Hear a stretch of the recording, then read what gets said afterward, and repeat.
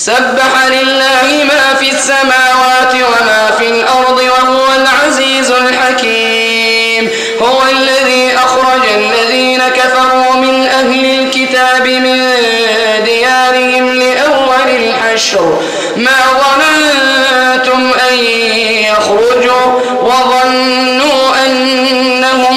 مانعتهم حصونهم من الله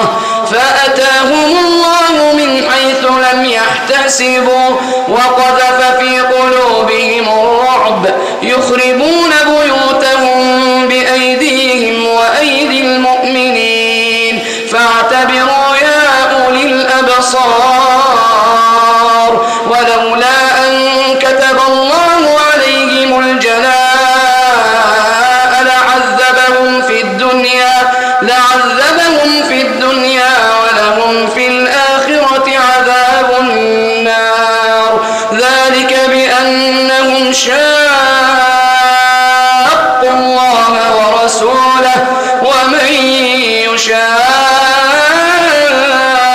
الله فإن الله شديد العقاب. وما أفاء الله على رسوله منهم فما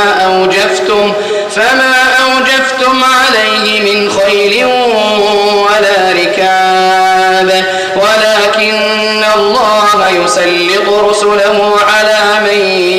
يشاء والله على كل شيء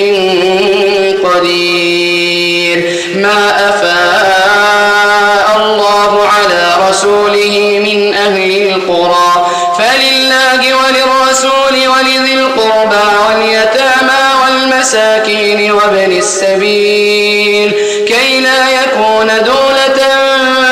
بين الأغنياء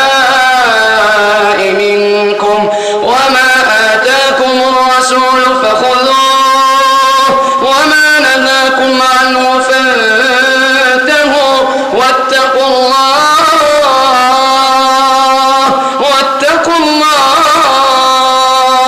إن الله شديد العقاب. للفقراء المهاجرين الذين أخرجوا من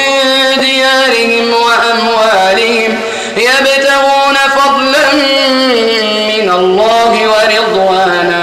وينصرون الله ورسوله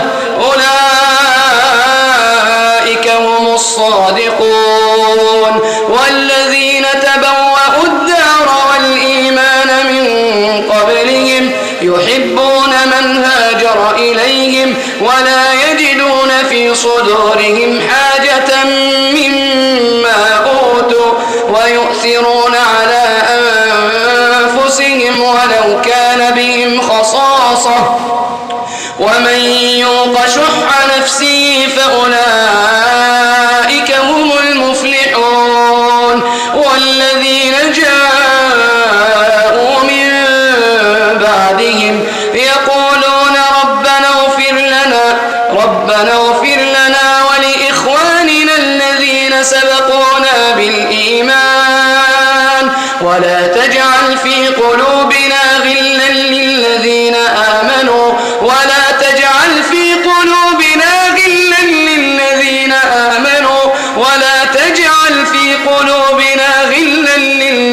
آمنوا ربنا إنك رؤوف